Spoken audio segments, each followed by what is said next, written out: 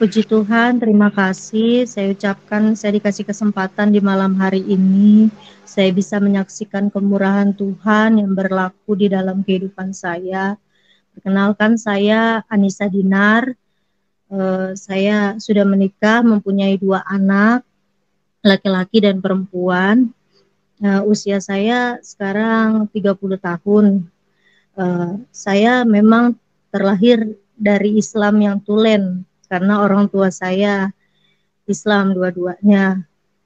Tapi memang semua itu proses sehingga saya bisa tahu kebenaran yang sesungguhnya, yaitu bisa dipertemukan oleh Tuhan dan juru selamat saya. Karena sepanjang kehidupan saya banyak yang saya alami, sampai saya sendiri aja saya nggak tahu untuk ke depan tuh gimana, saya nggak tahu. Jadi awalnya saya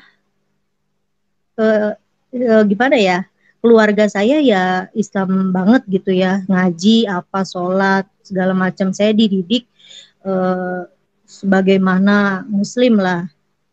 Tapi ada suatu bencana buat saya itu ketika orang tua saya bertengkar. Jadi mereka bertengkar, saya nggak tahu masalahnya apa. Pada akhirnya itu orang tua saya bercerai sama, ya berpisah gitu. Saya itu kelas 4 SD, saya mengalami itu. Jadi ketika mama saya pergi untuk ninggalin saya sama bapak saya nggak tahu pas pulang sekolah itu keadaan rumah udah berantakan. Bapak saya udah histeris ya, maksudnya saya juga nggak tahu sebelumnya, mungkin mereka bertengkar atau gimana gitu. Tapi saya lihat bapak saya di situ shock karena ditinggal sama mama saya. Dan barang-barang juga banyak yang dibawa oleh mama saya. Saya tanya sama bapak saya waktu itu, mama kemana? Saya bilang, tapi bapak saya cuma bilang, mama pergi ninggalin kita. Saya di situ masih nggak nyangka karena mama saya yang saya tahu itu sayang sama saya. Dia itu nggak mungkin ninggalin saya. Bahkan dia itu nganterin saya sekolah apa segala macem. Jadi nggak mungkin banget dia ninggalin saya. Saya di situ masih nggak percaya. Tapi kata bapak saya, udah jangan ingat-ingat lagi, mamamu udah pergi sama laki-laki lain, mungkin itu jalan pilihan dia gitu. Di saat itu saya cuma bisa nangis. Disitulah awal dari kesengsaraan saya. Kenapa saya bilang itu awal?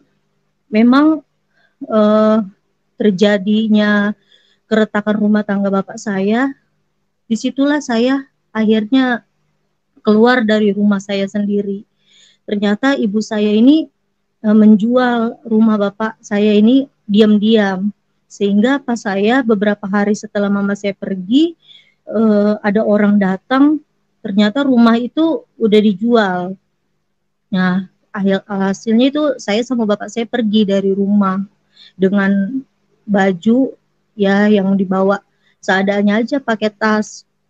Kami keluar dari rumah sama bapak, saya juga nggak tahu harus kemana. Saya juga pasti udah nggak sekolah. Saya di situ udah bilang sama guru kalau saya udah nggak sekolah lagi karena saya juga nggak tahu mau tinggal di mana. Di saat itu banyak saudara dari bapak, tapi mereka tutup mata. Nggak ada yang mau nolong kami. Apalagi di saat itu saya masih kecil ya, masih apalagi anak perempuan. Tapi mereka eh, membiarkan saya tidur di jalanan. Saya tidur di pos ronda waktu itu sama bapak saya, dan keadaannya itu bapak saya lagi sakit karena mungkin bapak saya itu trauma karena semuanya itu dijual habis sama mama saya tanpa sepengetahuan bapak saya, dan harus terusir dari rumah kami sendiri. Di situ mungkin bapak saya shock sampai sakit, dan saya di kondisi saya yang masih kecil, saya nggak tahu apa, saya bawa bapak saya ke pos ronda karena saat itu saya juga nggak tahu harus kemana. Bahkan saya sendiri nggak tahu untuk kasih bapak saya makan gimana. Tapi saya punya inisiatif, saya minta tolong sama orang, sama warung makan, waktu itu warteg, saya datengin, saya bilang, saya mau cuci piring Bu, saya mau bersih-bersih, tapi saya minta nasi buat dibungkus, buat saya sama bapak saya bilang. Terus dengan baiknya warung itu juga ngasih nasi bungkus, tapi saya nggak disuruh cuci piring, mungkin dia kasihan. Di situ saya sama bapak saya berhari-hari di pos ronda ya, sampai bapak saya sakit asma. Di situ saya nggak tahu lagi mau minta pertolongan siapa, karena saya anak satu-satunya, nggak punya saudara. Di situ saya cuma bingung harus minta tolong sama siapa, sampai saya jual baju untuk beli obat bapak saya. Memang ada aja yang mungkin kasihan melihat saya di usia saya baru kelas 4 SD, mungkin udah bawa orang tua kemana-mana, bawa baju, bawa tas gitu kan, mungkin orang pada kasihan. Tapi kami nggak lama tinggal di pos ronda itu, kami jalan lagi, pokoknya sampai saya itu tidur pernah sampai di kuburan, karena benar-benar udah nggak ada lagi tempat tinggal yang harus kami tinggali. Akhirnya saya, kata bapak saya, dia kasihan sama saya harus tidur jam. Jadi bapak saya memutuskan untuk bawa saya ke pesantren. Padahal berat hati saya untuk ninggalin bapak saya, karena saya aja nggak tahu bapak saya ntar gimana, saya bilang gitu. Tapi saya nggak bisa milih, saat itu saya cuma nurut kata bapak demi kebaikan saya. Akhirnya saya dititipin di sebuah pesantren di Bogor, itu pun yang jauh dari pemukiman warga, jadi akses jalannya aja tuh persawahan sampai nyebrang-nyebrang sungai, kali gitu kan, sampai benar-benar yang nggak ada listriknya. Tadinya saya nggak mau di situ, tapi kata bapak, ya buat kebaikan saya daripada saya ikut kemana-mana tidur di jalanan, anak perempuan. Tapi di situ saya terpaksa mau tinggal di situ. Awalnya saya maunya itu kirain sekolahnya itu seperti sekolah umum, ternyata enggak. Di situ hanya diajarkan ilmu agama aja gitu, pokoknya tentang Al-Quran, tentang hadis, tentang sholat gitu. Itu aja yang diajarin. Sampai saya di situ kira-kira usia saya 15 tahun, saya di situ banyak pengajaran dari mereka yang mereka kasih gitu sama saya. Tapi hati saya ini nggak pernah ada rasa ketenangan. Saya selalu teringat kejadian saya ditinggal sama bapak saya, dan saya selalu mikirin bapak saya di mana, udah makan apa belum atau gimana. Saya masih mikirin, sampai saya bilang mungkin saya udah gak betah lagi di pesantren ini, tapi masih saya kuat-kuatin. Pada titik jenuh saya itu, saya bertanya sama diri saya harus gimana ke depan. Nggak ada petunjuk, nggak ada jalan gitu. Saya mau keluar dari semua ini gitu. Tapi saya udah minta pertolongan sama ustadznya. Saya bilang, tolong gimana saya harus ke depannya. Tapi ustadz itu hanya bilang, nanti kamu juga ada yang menikahi kamu dan kamu hidup enak katanya. Saya bukan itu, saya posisinya masih kecil. Saya malah, dia tuh kalau ngomong kayak gitu saya sakit hati banget gitu. Bukannya memberikan ketenangan sama saya, dia malah bilang saya kayak gitu. Katanya makanya kamu berdoa, sholat tahajud katanya, minta pertolongan sama Allah katanya, biar kamu tuh dikasih jalan. Kamu harus gimana. Jadi saya lakuin lah itu tahajud, saya terus mendoakan bapak saya walaupun saya nggak tahu dia di mana. Sampai saya sholat, saya tertidur pakai mukena di sejadah itu kan. Saya mimpi. Nah mimpinya itu memang sebelum saya sholat tahajud saya bertanya sama Tuhan Allah kan dulu ya, terus saya bilang tolong tunjukin saya jalan, saya harus gimana, tolong. Memang benar dikasih mimpi, tapi mimpinya itu saya melihat sebuah taman yang indah sekali, banyak orang-orang di sana ketawa-ketawa, lari-larian. Saya lihat mereka senang, wajah mereka berseri-seri, memakai baju putih semua. Bukan berarti putih pakai kafan ya, bukan. Mereka tuh kayak pakai gaun putih tapi berkilau-kilau gitu. Itu penglihatan saya. Dalam hati saya enak banget ini tempat, kok senang banget ya mereka gitu. Pas paginya saya cerita sama yang punya pesantren, ustadznya ini, dengan apa yang saya mimpiin. Berharap saya dapat petunjuk mimpi saya ini apa. Saya tanya, Pak Ustadz, saya mimpi semalam habis sholat tahajud, saya ada di taman, tapi tamannya itu indah sekali, banyak orang-orang. Nah orang-orang ini senang sekali ketawa-ketawa. Saya bilang, tapi Ustadznya itu marah sama saya. Dia langsung bilang, nggak ada mimpi kayak begitu katanya. Saya malah marah, nggak ada mimpi kayak begitu katanya. Kamu tuh harusnya dapat wahyu itu eh, bisa bertemu Nabi Muhammad katanya. Kalau enggak kamu di Ka'bah. Nah, saya nggak mimpi kayak gitu Ustadz. Justru saya mimpi yang saya semalam ini saya mau tanyain apa artinya. Tapi Ustadz itu nggak mau menjelaskan sama saya. Dia malah marah-marahin saya. Mungkin kamu berhayal katanya. Malah saya dimarahin. Di situ saya nggak dapat jawaban. Di situ saya di dalam kesendirian saya ngomong sama diri saya sendiri. Saya harus apa? Saya mau keluar. Saya harus cari bapak saya. Saya nggak mau kayak gini terus. Nggak ada masa depan gitu pikir saya. Walaupun saya udah nggak sekolah, saya belum nggak lulus SD, tapi saya mau punya masa depan untuk kehidupan saya. Saya dalam hati ngomong gitu. Jadi singkat cerita, saya keluar dari pesantren itu. Saya ngomong baik-baik, Pak Ustadz saya mau keluar dari pesantren dengan mencari bapak saya bilang. Terus kata Ustadznya, oh ya udah kamu kan udah punya bekal banyak, berarti kamu udah bisa jalanin kehidupan kamu katanya. Kalau kamu sabar di sini, kamu nanti pasti dapat jodoh katanya yang nikahin kamu. Ternyata kamu nggak sabaran, berarti kamu mau keluar dari sini. Kata saya nggak, saya mau nyari bapak saya bilang gitu. Di situ saya nyari-nyari bapak saya sampai kemana-mana.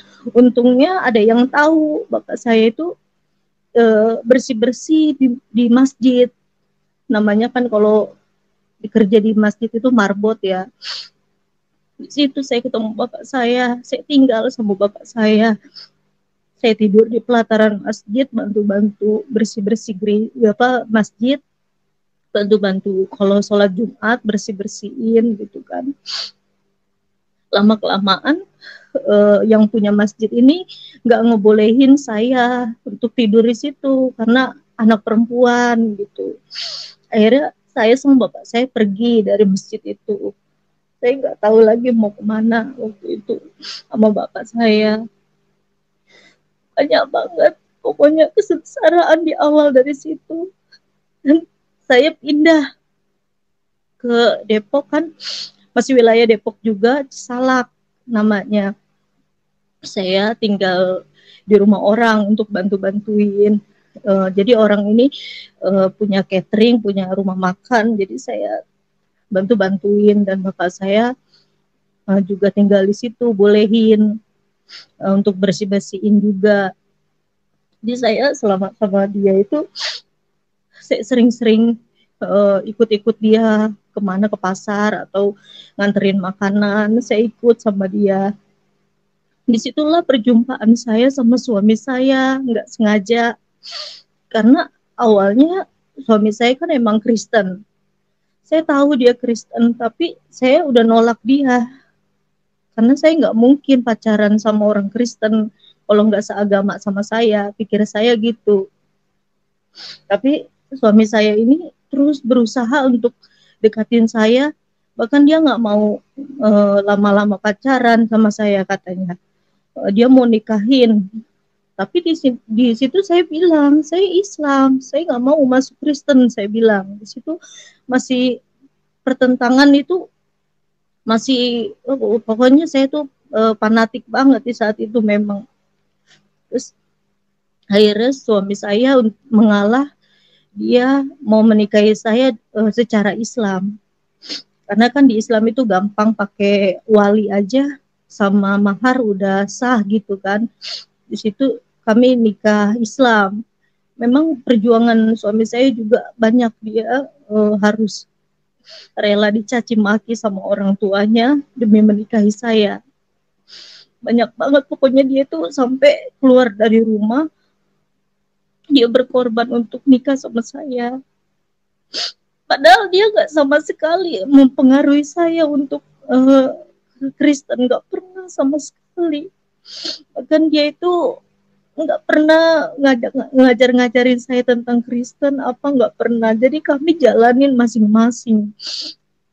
Nah, lalu saya menikah sama suami saya, diwalikan sama bapak saya dan kakek saya waktu itu. Jadi hari-hari lah kami lalui dalam pernikahan, itu beda agama. Saya sholat, saya ngaji kalau malam, suami saya ya biasa aja. Paling kalau pagi dia baca firman Tuhan, kalau hari Minggu dia ibadah ke gereja, saya tunggu di rumah. Begitu aja sampai saya hamil anak saya yang pertama. Tuh. Saya berjumpa sama Tuhan, dipanggil sama Tuhan di saat saya hamil anak saya 7 bulan. Di situ sebelum saya malamnya mengalami perjumpaan sama Tuhan, memang saya selalu tiap pagi mendengar suami saya baca firman. Tapi saya ya biasa aja, saya cuma di dapur gitu kan. Dia baca firman, saya cuma dengerin. Tapi memang di saat itu dia baca kayaknya menyentuh banget di hati. Saya nggak tahu di kala itu kan ayat apa, di mana gitu. Tapi dia di situ baca tentang mengasihi. Mengasihi ini saya kayaknya pas saya dengar itu di hati ada ketenangan ya. Baru kata mengasihi aja. Sedangkan saya ini membawa dendam orang tua saya yang ninggalin saya, yang sengsarain saya gitu. Di situ masih saya nggak habis pikir, kok enak banget ya ini ayatnya. Jadi saya tertarik untuk buka Alkitab itu. Pertama kalinya saya buka Alkitab itu ketika suami saya pergi dari rumah kan keluar. Saya memberanikan diri untuk buka Alkitab itu. Saya baca. Kelama-lamaan itu saya baca terus sampai ke bawah itu kok saya nangis, netesin air mata. Saya bilang apa ini ya? Saya bilang gitu. Kok saya kayak gimana ngerasainnya ya di hati itu kayak yang belum pernah saya alami gitu selama ini, kok ada ketenangan gitu baca ini. Jadi berhubung suami saya udah masuk lagi ke rumah, saya langsung tutup Alkitab itu. Saya masih mikirin kata-kata di Alkitab itu mengasihi. Saya bengong aja, saya masih teringat banget gitu kata-kata itu. Sampai akhirnya malam kita masing-masing doa, saya habis sholat, suami saya juga udah doa, kami tidur. Di situ saya sebenarnya bukan mimpi ya, karena posisi saya tidur, eh, terlentang, tiba-tiba saya ada yang bangunin langsung duduk. Dari posisi terlentang dibangunin langsung duduk. Di situ saya pas duduk itu saya ngelihat dari kejauhan ada cahaya. Nah cahaya itu saya nggak tahu apa karena saya taunya itu kalau berhubungan dengan itu kan berarti kan setan gitu. Jadi pikiran saya udah gitu aja, udah ketakutan tentang itu. Lama kelamaan cahaya itu mendekat sama saya. Sampai akhirnya cahaya itu makin dekat, saya nggak bisa melihat. Sampai saking silaunya itu cahaya menutupi ruangan itu, saya langsung eh, menutupi mata saya karena benar-benar nggak bisa saya lihat, silau sekali. Tapi tiba-tiba ada suara dari cahaya itu. Cahaya dari suara itu bilang, hai anakku, katanya yang kukasihi, kau telah kupilih, katanya gitu. Saya kalau ingat kata-kata itu terngiang di kuping saya pasti nangis.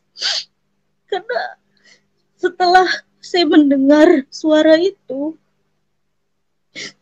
saya nangis. Saya teringat sama orang tua saya, kejadian-kejadian di mana mama saya ninggalin saya, di mana saya harus tidak sekolah, di mana saya harus menahan kelaparan, di mana saya nggak bisa main-main di usia saya yang waktu itu masih kecil.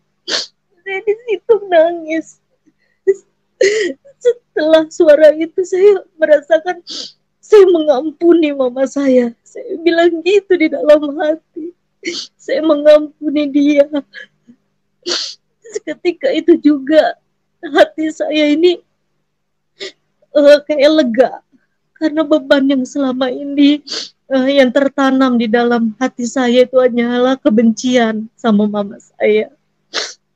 Bahkan saya selalu mengutuki mama saya. Saya sampai sumpah-sumpahin dia. Saya bilang dimanapun kamu berada, kamu gak bakalan tenang, saya bilang. Karena kamu udah sengsarain saya bilang. Saya sampai kayak gitu terus. Saya kutuk dia, saya maki-maki dia. Tapi di saat itu, ketika suara itu datang, saya di situ menangis, melepaskan semua. Saya nggak tahu lagi apa yang saya rasain itu namanya. Beban saya seperti ada yang ngangkat di hati saya seperti kosong. Tidak ada lagi itu beban di hati saya yang selama ini saya menyimpan amarah. Dan pas setelah saya sudah menangis, saya berasa di atas kepala saya ini, di ubun-ubun saya, kayak ditiup. Ditiupnya itu seperti angin. Di situ saya merasakan kelegaan yang luar biasa yang saya nggak bisa saya rasakan selama ini. Di situ masih nggak percaya apa ini yang terjadi sama saya. Di situ saya masih tanya-tanya. Tapi kok saya kayak merasakan kelegaan yang luar biasa. Ketika udah angin itu bertiup di kepala saya, cahaya itu mulai redup. Udah mulai redup dan hilang. Dan saya pun kembali tertidur. Sampai besok paginya saya memberanikan diri untuk ke tempat tante saya, tante dari suami, dia kan Kristen.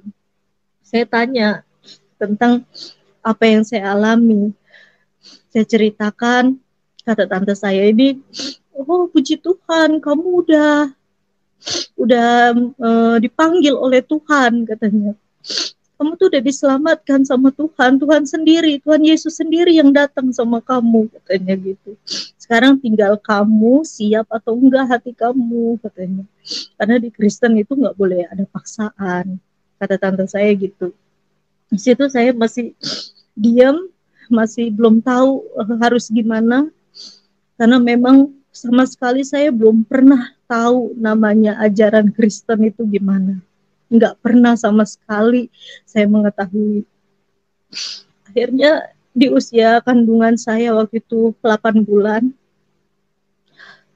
saya memang saya ikut ke gereja waktu itu. Pas seminggu berselang saya ketemu mimpi itu, saya memberanikan diri bilang sama suami, saya ikut ke gereja, saya bilang. Suami saya dia aja bingung sama saya, kamu ada apa kok tiba-tiba ikut gitu. Tapi saya nggak bilang apa-apa, saya bilang saya mau ikut aja, saya pengen tahu kalau di gereja itu gimana, saya bilang gitu. Padahal saya sendiri belum mau merubah di hati saya keyakinan saya, cuman pengen tahu aja uh, di gereja itu seperti apa gitu. Jadi begitu saya ikut ke gereja sama suami saya ngerasain ada puji-pujian itu, kok saya sambil duduk sambil merem, walaupun saya nggak tahu, tapi enak sekali didengar. Saya sampai menangis.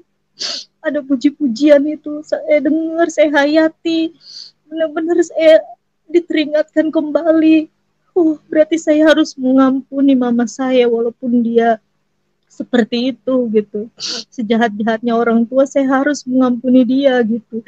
Dalam hati saya ada yang bicara kayak gitu.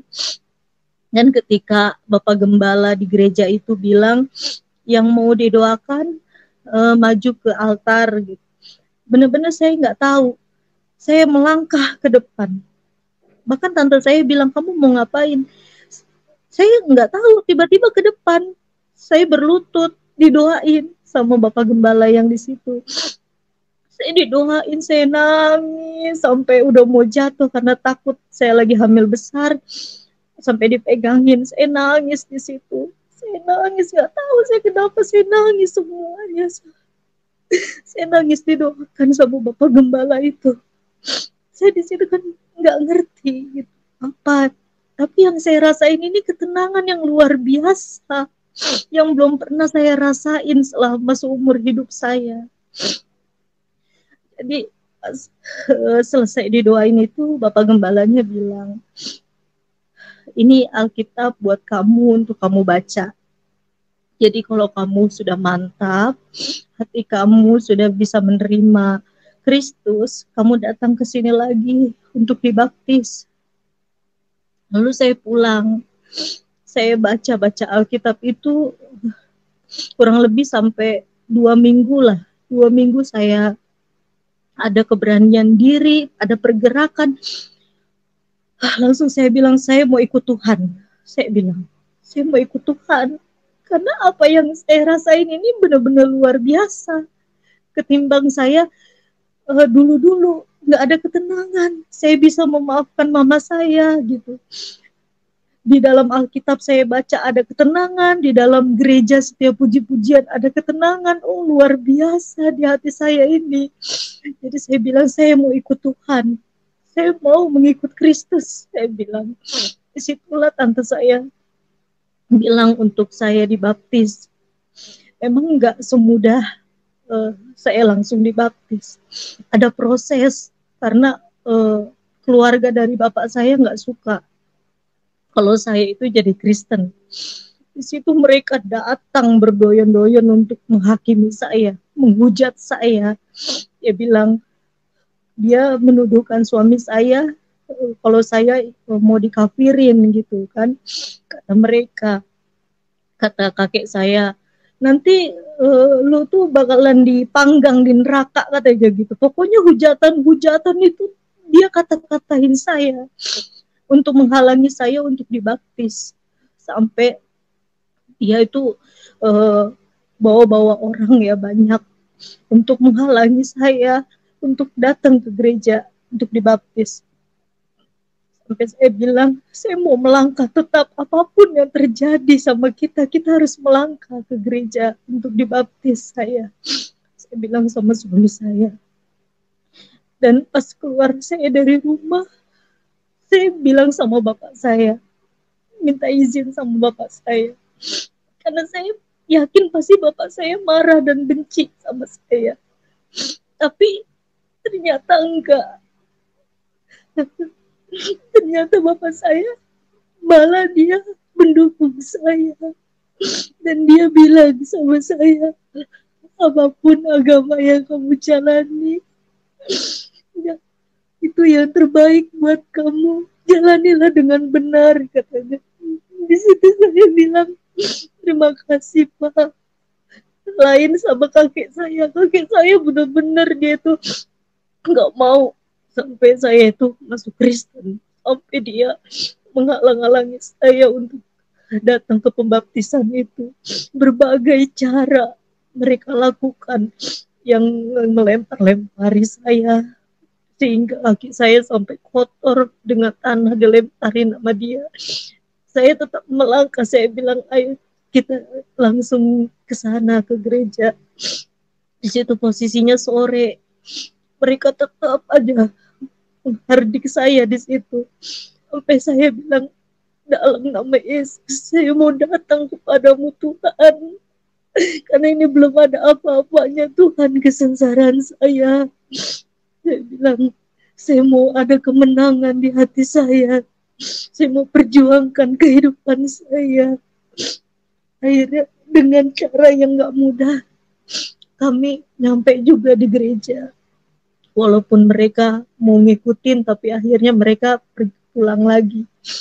Sampai saya di gereja, disitulah dibaptis saya.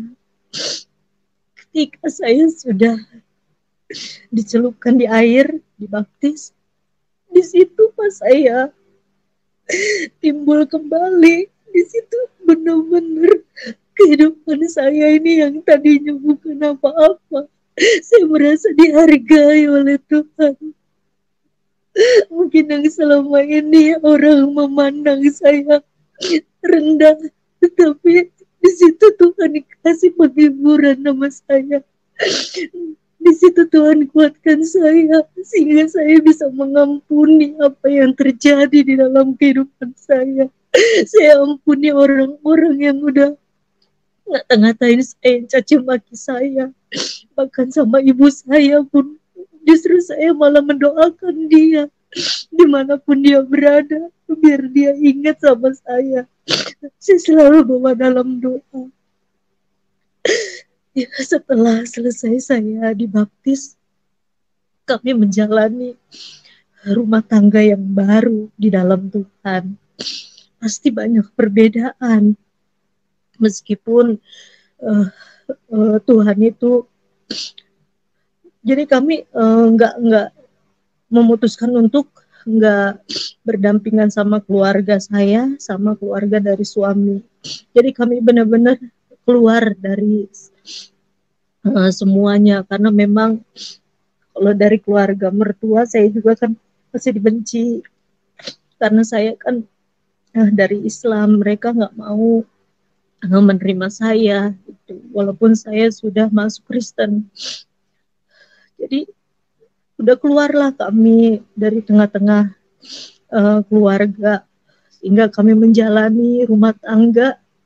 Ya mau makan nggak makan itu pasti Tuhan jamin.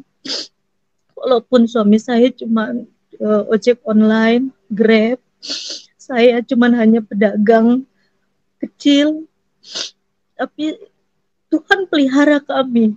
Tuhan luar biasa pelihara kami.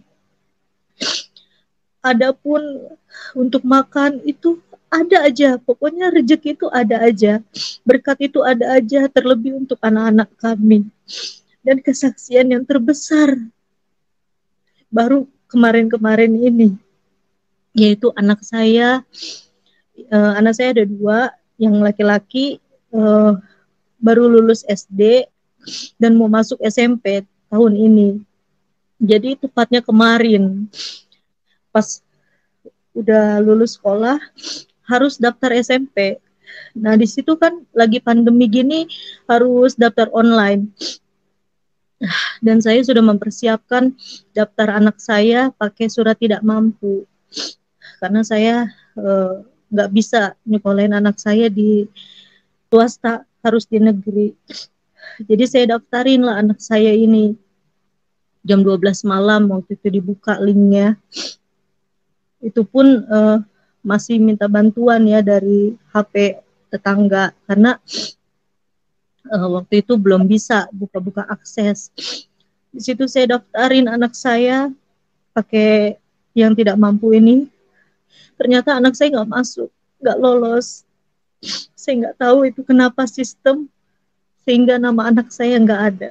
Di situ saya bilang, oh Tuhan, Kalau Tuhan tolong kehidupan saya, pasti Tuhan tolong anak saya bilang. Mungkin cara kedua, dengan saya daftarin melalui jonasi. Jonasi itu kan yang dekat dari rumah ya, sekolahan. Kebetulan saya dekat dari sekolahan. Saya udah berkeyakinan kalau anak saya pasti masuk karena jonasi mendukung. Saya daftarin, anak saya malam, di situ ada nama anak saya. Saya mengucap syukur sama Tuhan. Tuhan terima kasih, anak saya ada namanya. Di situ udah ada nomor dari sekolahan. Anak saya pun senang karena dia bisa sekolah, dapat sekolahan gitu. Ternyata pas besok pagi nama anak saya makin ke belakang. Sampai urutannya udah mulai 100. Di situ saya, oh Tuhan, ini gimana ini Tuhan, saya bilang jangan sampai anak saya namanya nggak ada. Di situ memang ternyata malah umur yang lebih tua yang dimasukin ke sekolah itu. Padahal anak saya udah 12 tahun lebih. Tapi anak saya ketinggalan ininya, tuanya. Disitulah anak saya udah nggak ada lagi namanya. Sampai sore saya di situ, ya Tuhan, kasihan banget anak saya. Dia bilang sama saya, mama saya nggak sekolah ya, saya nggak ada nama di sekolahan. Iya nak, mungkin kalau nggak tahun ini, tahun depan kali nak. Di situ saya hancur hati saya, karena saya nggak ada lagi harapan untuk bisa sekolahin anak saya di negeri. Sampai nggak masuk, sampai saya bilang sama Tuhan, Tuhan, walaupun saya dulu nggak sekolah Tuhan, jangan kau biarkan anak saya nggak sekolah Tuhan. Jangan kau biarkan dia putus di tengah jalan, nggak sekolah. Boro-boro mau ke swasta. Waktu itu pernah nyamperin, ngelihat sekolahan di swasta harus bayar formulir 200.000. Itu aja kami masih mikir langsung pulang lagi. Di situ saya masih berdoa sama Tuhan, Tuhan tolong saya. Jangan kau biarkan anak saya nggak sekolah. Saya bilang. Sampai 2 minggu orang-orang sudah belajar online. Anak saya belum dapat sekolahan. Di situ saya masih berdoa sama Tuhan. Tuhan adakan mukjizatmu. Tuhan tolong kami Tuhan. Kami hanya berserah kepadamu. Sambil saya bikin dagangan, saya nangis-nangis. Saya bilang sama Tuhan, Tuhan tolong. Sampai ditanyain anak saya sama guru di SD-nya, kamu sekolah di mana katanya. Tapi anak saya nangis, dia nggak tahu mau jawab apa. Di situ saya hancur hati saya, anak saya nggak sekolah. Dan akhirnya saya ketemu sama orang yang beli dagangan saya. Saya nggak kenal sama beliau ini. Dia juga nggak kenal sama saya. Memang beliau ini tanya sama saya, anaknya udah berapa, kelas berapa. Saya ceritain, anak saya yang gede belum sekolah Pak, karena gak kebagian waktu itu namanya. Lalu dia bilang, kenapa gak sekolah? Ya mau gimana Pak, gak mungkin ke swasta, saya gak berani. Dari mana, saya bilang. Tapi anak ibu harus sekolah loh Bu, apalagi laki-laki katanya. Ya mau gimana Pak, saya bilang. Akhirnya dia bilang, nanti saya yang masukin anak ibu ke SMP negeri yang dekat rumah ibu katanya. Di situ saya masih diam, saya nggak tahu lah gimana bisa Pak, kan udah ditutup semuanya. Lagian yang lain udah pada belajar, udah 2 minggu kan, udah belajar online. Nggak mungkin anak saya bisa masuk. Enggak ibu tenang aja, saya punya wewenang untuk masukin anak sekolahan ke negeri katanya. Walaupun saya kan nggak tahu dia kerja apa, tapi saya masih gimana ya, ini benar apa enggak gitu. Berselang 3 hari dari ketemu orang itu hubungi saya lagi untuk minta data-data anak saya. Bu, tolong ya Bu, WA-in itu surat kelulusan sama akte anak ibu katanya. Di situ saya bilang anak saya sekolah Pak. Iya Bu, anak ibu sekolah, saya masukin Bu ke negeri yang dekat rumah ibu. Di situ saya nggak tahu lagi ya Tuhan. Saya bilang benar-benar Tuhan itu menolong melalui siapapun. Di saat kita berserah kepada Tuhan, Tuhan pasti adakan mukjizat yang nyata. Udah 2 minggu anak saya udah kelewatan pelajaran, tapi gak ada yang mustahil bagi Tuhan. Sampai saya bilang sama anak saya, kamu dapat sekolahan nak, ada yang masuk kamu sekolah. Saya bilang, dia senang, dia nangis. Dia bilang, benar mama, iya benar nak. Saya bilang, di situ saya terima kasih sama orang itu. Saya bilang, makasih pak. Terus dia bilang, iya bu, kalau saya masukin sekolah anak-anak kayak gini, saya udah dapat itu 5 juta, 10 juta kata dia. Di situ saya diam. Saya uang dari mana pak untuk segitu? Saya bilang. Tapi dia bilang, yang penting anak ibu sekolah aja dulu. Nanti kalau ada pun rezeki dari ibu kasih sama saya kata dia. Saya kan nggak tahu mau bayar dari mana, tapi dia bilang harus sekolah anaknya bu, udah masuk besok tinggal di ibu datang ke sekolahan. Di situ saya, ya Tuhan, jalan yang Tuhan berikan ini luar biasa, benar-benar luar biasa. Pertolongan Tuhan tuh nyata banget yang saya alami. Nggak sia-sia mengiring Tuhan.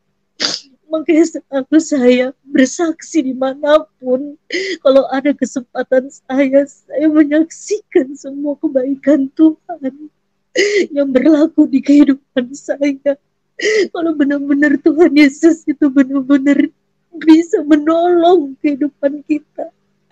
Bahkan di saat kita sampai titik terendah kita pun, Tuhan menolong dengan caranya.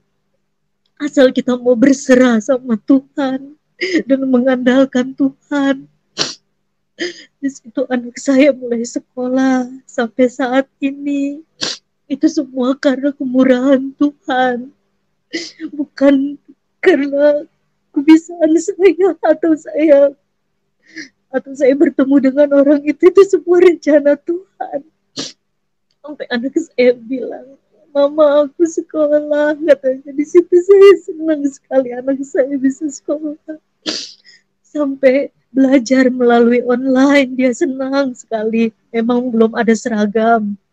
Kata gurunya harus beli seragam SMP, walaupun sekolah online harus ada seragam SMP, katanya. Di situ memang saya, iya bu, nanti kalau itu saya kumpulin untuk beli seragam. Saya bilang, walaupun dia masih pakai seragam SD sekolah, tapi dia senang sekali bisa sekolah. Itu benar-benar kesaksian yang luar biasa, pertolongan Tuhan yang ajaib. Karena Tuhan itu benar-benar dengan cara dia. Tuhan nggak membiarkan air mata saya siang dan malam berdoa minta pertolongan sama Tuhan. Jangan sampai anak saya nggak sekolah Tuhan. Biarin saya nggak sekolah dari kecil. Mungkin saya nggak ada pendidikan. Mungkin sampai SD aja saya nggak lulus. Tapi biarin Tuhan. Tapi jangan kau biarkan anak saya ini nggak sekolah. Apapun saya lakuin Tuhan, saya masih bisa sehat. Saya masih bisa, Tuhan kasih saya ilmu, bisa masak makanan. Itu yang saya jalani hari-hari, setiap hari.